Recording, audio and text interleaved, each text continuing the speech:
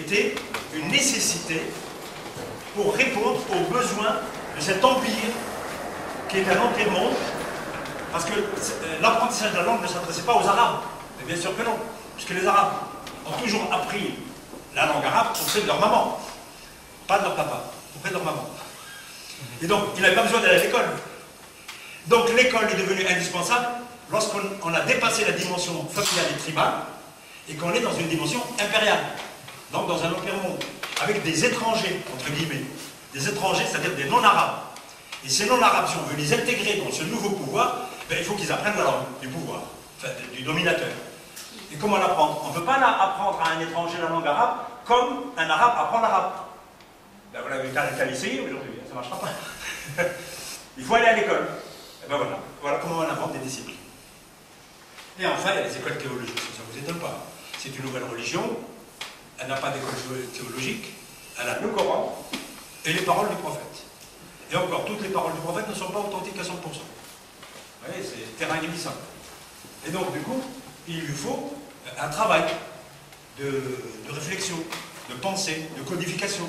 Et en particulier, il lui faut créer quoi? Créer un droit canon. Toute société a une législation pour vivre. Sinon, c'est plus grave. Et cette législation, elle ne peut pas être empruntée aux autres législations, parce que c'est une nouvelle religion, même si elle est dans le prolongement, évidemment, du christianisme et du judaïsme. Mais il lui faut quelques spécificités. Donc, on va élaborer le droit musulman. Ben, ça a demandé un siècle. Hein. C'est pas évident, quoi, élaborer un droit. Et puis, première publication scientifique en arabe. La remarque importante, c'est que ces 4 phénomènes vont se faire en même temps, parallèlement, à des rythmes différents, en fonction de la spécificité du phénomène. Et si vous acceptez cette remarque importante, qui n'est pas une hypothèse, parce qu'on observe, ben vous comprendrez pourquoi, dans cette phase que j'appelle l'islam premier, les activités théologiques et les activités séculières profanes ayant démarré à peu près en même temps, il va y avoir pour chacune des activités des espaces de liberté sur lesquels ne vont pas empiéter les autres. Et donc ce qui expliquerait pourquoi l'islam premier du 8e siècle, 9e siècle, 10e siècle, 11e siècle avait des espaces de liberté et de liberté d'expression et de liberté d'échange et de liberté de dialogue et de polémique même interreligieuse qu'il n'y aura plus tard. Lorsque tout va être ossifié, comme le squelette qui devient rigide, d'accord, par rapport au bébé jusqu'à l'adulte. Eh bien, cet islam premier, on ne l'a pas assez étudié aujourd'hui. C'est la période de plus grande liberté de la société dite musulmane. À tel point que, aujourd'hui, les chercheurs, après un siècle et demi de recherche, sont absolument étonnés de constater que de la fin du 8e siècle jusqu'à la fin du 9e siècle, les musulmans eux-mêmes, d'abord les musulmans pendant longtemps ont été minoritaires dans un empire qu'ils contrôlaient. Ça paraît étonnant. Les musulmans, démographiquement, en nombre, étaient minoritaires. Ils dirigeaient au nom de l'islam et avec l'arabité des populations qui étaient 50 fois plus nombreuses qu'eux, 100 fois plus nombreuses qu'eux. Et l'islamisation n'a pas été automatique, pour une raison très simple, c'est que l'islam premier et les dirigeants de l'islam premier ont appliqué à la lettre les grands principes de la religion, ils les ont appliqués, il n'y a pas de contrainte en religion. Et ils n'ont pas obligé les gens à devenir musulmans. Et ce qui s'est passé, c'est que, arrive un moment où, étant minoritaire, ayant le pouvoir politique, les autres, la majorité, ne pouvons pas contester le pouvoir politique, on va contester le pouvoir idéologique de la nouvelle religion. On va contester la vérité de la nouvelle religion. Et qu'est-ce qui va se passer? Il va y avoir des critiques, des polémiques violentes contre l'islam. Alors on s'attendrait à ce que, puisque les musulmans ce sont eux qui dirigent, on n'a qu'à prendre tous ceux qui critiquent la religion dominante et on les met en prison et on n'en parle plus. Mais non, c'était des phénomènes sociologiques. Alors qu'est-ce qui s'est passé? On a décrété la liberté du débat. Et on a vu quelque chose d'extraordinaire. Aujourd'hui, quand les chercheurs ont fait le recensement de tous les livres qu'ont écrits les chrétiens et les juifs pour critiquer l'islam, de la fin du 8e siècle au milieu du 9e siècle. Et on a recensé, grâce à M. Dimitri Goutas, un grand spécialiste américain, 27 pages de référence.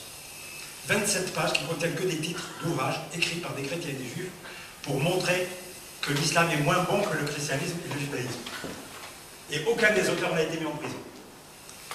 Ça, c'est les 27 pages pour ceux qui ont écrit contre l'islam. Évidemment, les musulmans vont répondre. Alors, les musulmans vont répondre, et si on ajoute les réponses des musulmans dans la bibliographie, eh bien, c'est peut-être une centaine de pages. Tout ça dans des discussions pacifiques. C'est-à-dire des discussions et des échanges que nous essayons de reconstituer aujourd'hui en 2011 difficilement. Alors que dans l'islam premier, c'était presque naturel. Ça changera plus tard, bien sûr.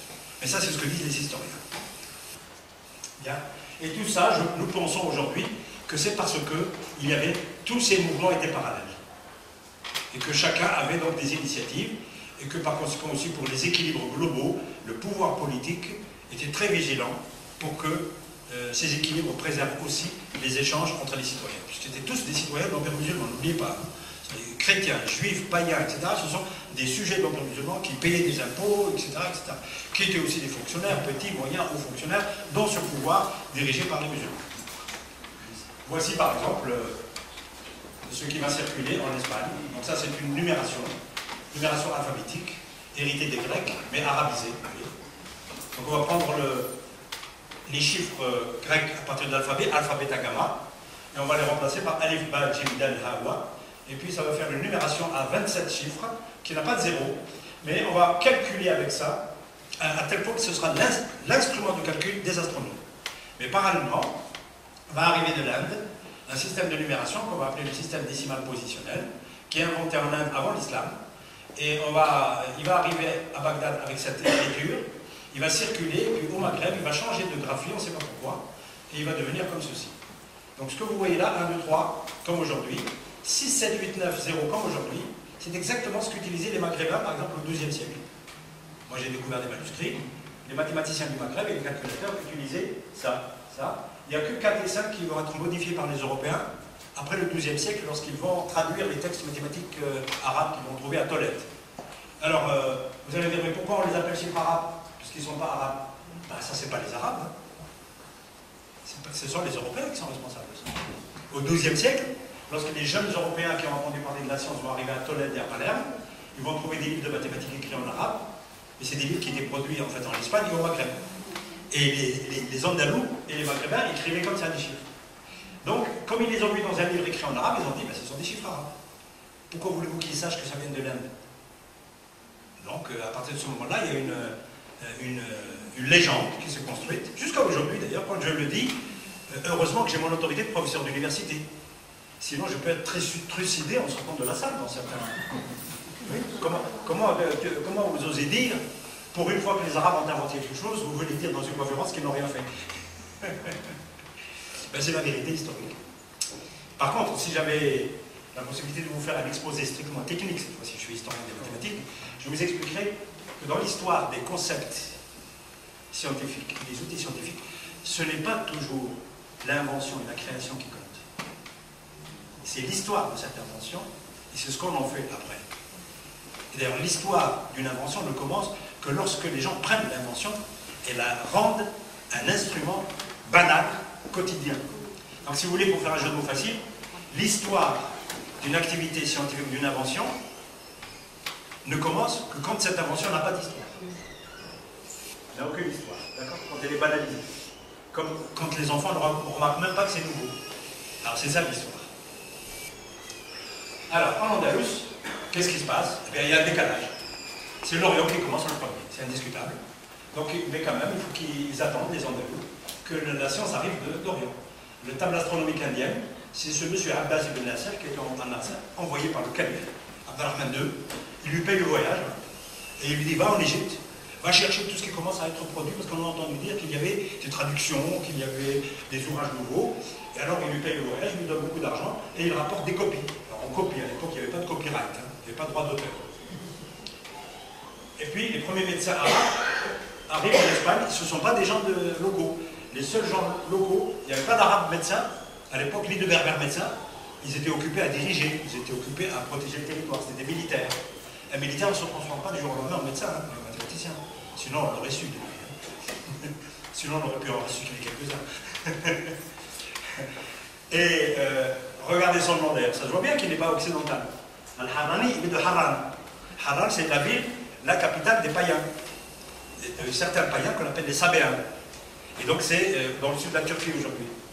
Et donc ce monsieur est venu, on l'a importé si vous voulez, il est venu d'Orient.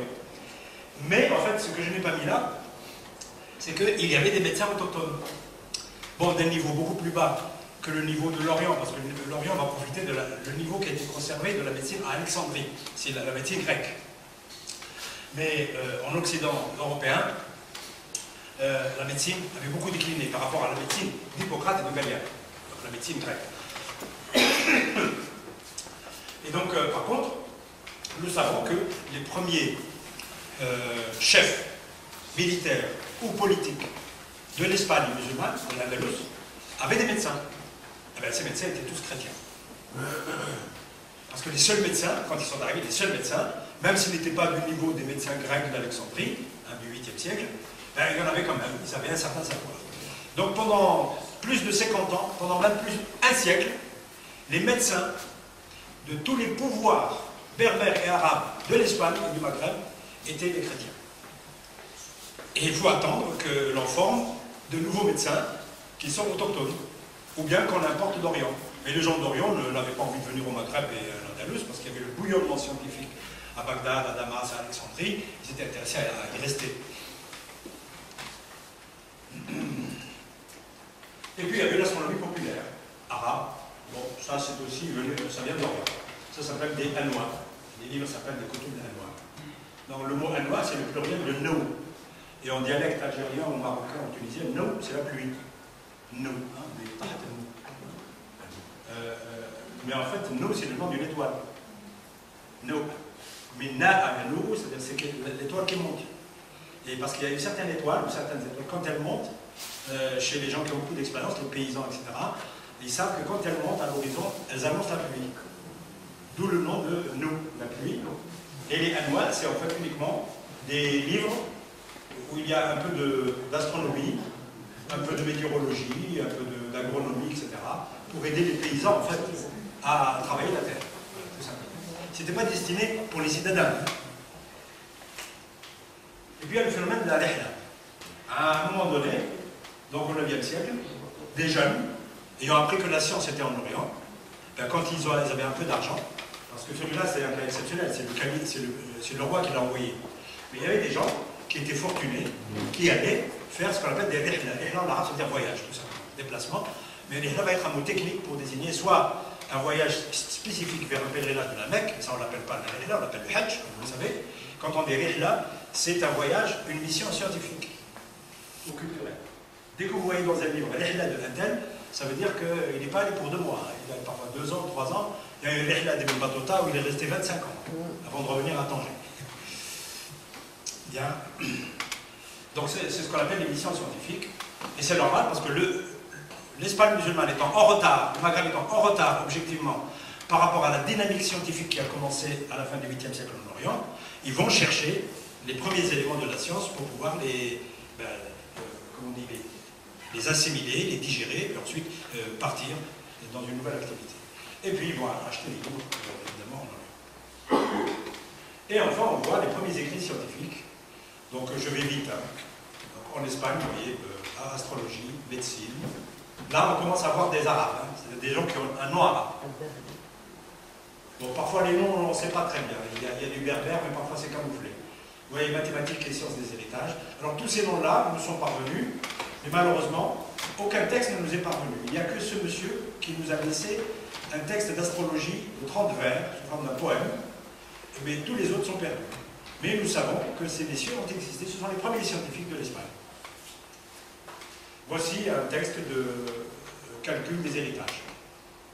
Une page, parmi d'autres. On pense que les mathématiques ont commencé à être étudiées en Espagne et au Maghreb pour résoudre les problèmes d'héritage.